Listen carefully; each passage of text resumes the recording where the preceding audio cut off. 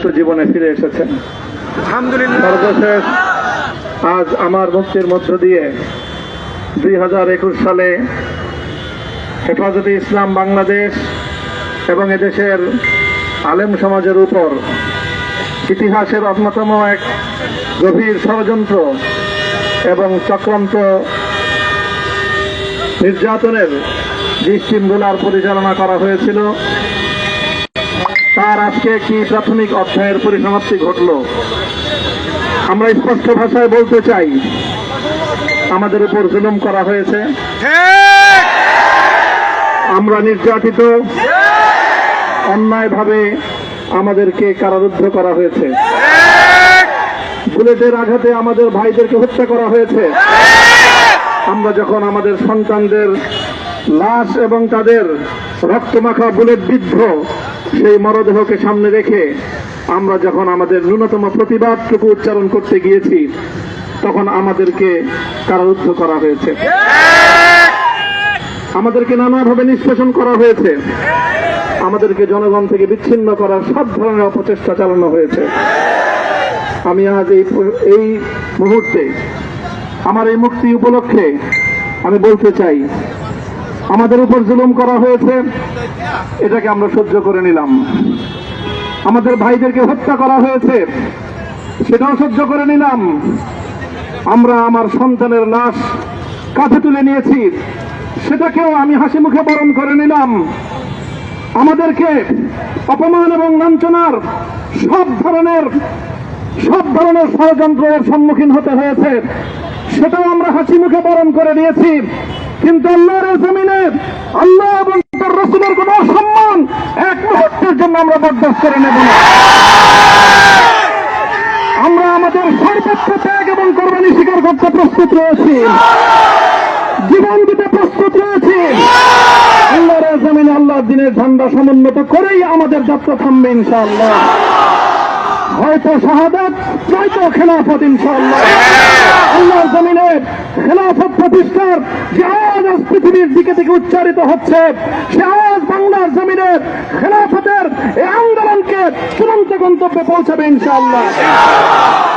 আমি বাংলাদেশের আলেম সমাজ, হেফাজতে ইসলাম বাংলাদেশ সহ বাংলাদেশ খেলাফত মজলিস সহ সকল ভ্রাতৃপ্রতিম সংগঠন, সকল ধর্মপ্রাণ, ইসলামপন্থী বিভিন্ন ছোটখাটো মতবিরোধ, মত পার্থক্যের ঊর্ধ্বে উঠে যারা ইলাহি কালিমাতুল্লাহর এই এক বাণীতে বিশ্বাসী, আল্লাহর জমিনে আল্লাহর দ্বীন কায়েম করতে চাই, আমাদের তাআলাউ ইলা কালিমাতিন সাওয়াইন বাইনানা ওয়া বাইনাকুম এই এক মন্ত্রে উজ্জীবিত হয়ে আল্লাহর দ্বীনের ঝান্ডা সমুন্নত করবার এই আন্দোলন এবং সংগ্রামে আমি নিজেকে উৎসর্গ করার ঘোষণা করছি।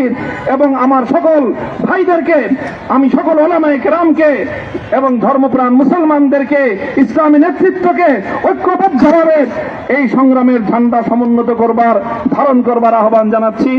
এবং আপনাদের সকলকে আবার শুকরিয়া জ্ঞাপন করছি যে আজকে আপনারা এভাবে আমাকে উৎসাহিত করেছেন, উজ্জীবিত করেছেন। আল্লাহ পাক আপনাদের সকলকে উত্তম বিনিময় দান করুন। প্রিয় ভাইয়েরা,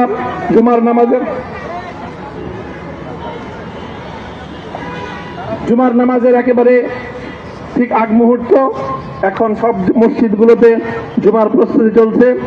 আমরা এখন এখানে খুব সংক্ষিপ্ত দোয়ার মাধ্যমে আমাদের আজকের এই প্রোগ্রামের সমাপ্তি ঘোষণা করব। এরপরে ইনশাআল্লাহ প্রত্যেকে সুশৃঙ্খলভাবে যার যার জায়গা মতো বা আশেপাশের মসজিদগুলোতে গিয়ে আপনারা জুমার নামাজ আদায় করবেন। আমি আবারও বলছি, আমি আমার আলোচনার শুরুতে কোরআনে পাকের সেই আয়াতটুকু তেলাওয়াত করেছিলাম, হযরত ইউসুফ আলাইহিস সালাতু ওয়াস সালাম কারামুক্তি এবং প্রকৃত যারা অন্যায়কারী ছিল, সেই অন্যায়কারীদের স্বরূপ ওনার সামনে উন্মোচিত হয়ে যাওয়ার পর, জাতির সামনে তাদের স্বরূপ উন্মোচিত হয়ে যাওয়ার পর তিনি যে কথা বলেছিলেন, আমিও নবী ইউসুফ আলাইহিস সালাতু ওয়াস সালামের অনুসারী হিসাবে তার সুরে সুর মিলিয়ে, কণ্ঠে কণ্ঠ মিলিয়ে কথাই বলতে চাই, লা তাসরিবা আলাইকুমুল ইয়াউম।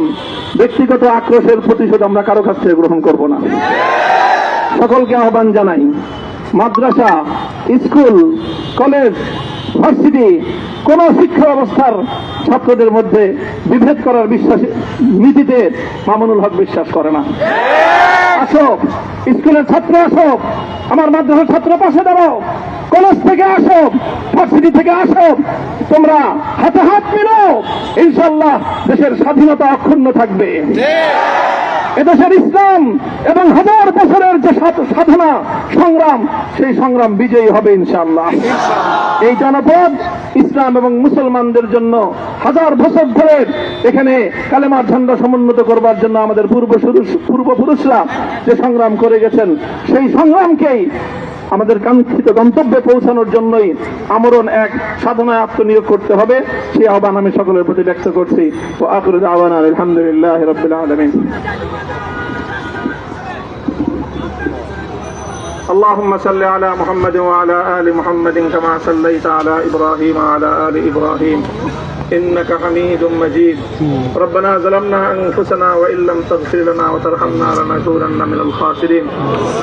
ربنا آتنا في الدنيا حسنة وفي الآخرة حسنة وقنا عذاب النار.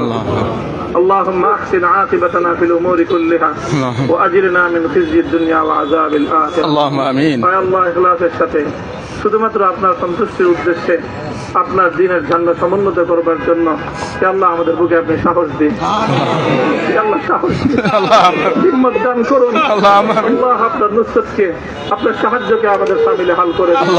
হে আল্লাহ আপনি আমাদেরকে সাহায্য করুন। আমরা সংখ্যায় কম, শক্তিতে দুর্বল, হে আল্লাহ সর্বদিক থেকে আমরা অপ্রতুল, কিন্তু আপনার সাহায্য সাথে থাকলে আল্লাহ পৃথিবীর কোন শক্তি আমাদেরকে রুদ্ধ করতে পারবে না, পরাস্ত করতে পারবে না। হে আল্লাহ আমরা আপনার সাহায্য চাই।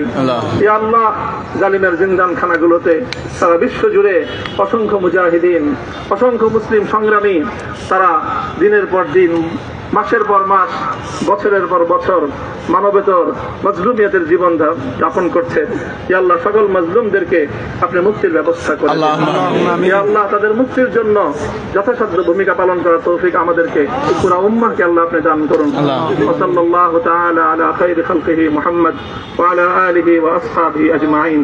ইয়া আল্লাহ হেফাজতে ইসলামের সংগ্রামে হাটহাজারীর আমার যে ছাত্র, যে সন্তানগুলো শাহাদাত বরণ করেছিল, ব্রাহ্মণবাড়িয়ায় আমাদের যে সকল ভাইয়েরা, সন্তানেরা শাহাদাত বরণ করেছিল, শাপলা চত্বরে আমার যে সকল ভাইদের রক্তে ঢাকার রাজপথ রঞ্জিত হয়েছিল, আল্লাহ এই শাহাদাত গুলোকে তুমি কবুল করো।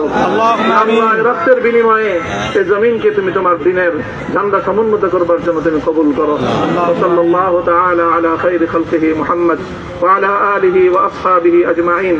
সুবহান রাব্বিকা রাব্বিল ইজ্জাতি আম্মা ইয়াসিফুন ওয়া সালামুন আলাল মুরসালিন ওয়ালহামদুলিল্লাহি রাব্বিল আলামিন।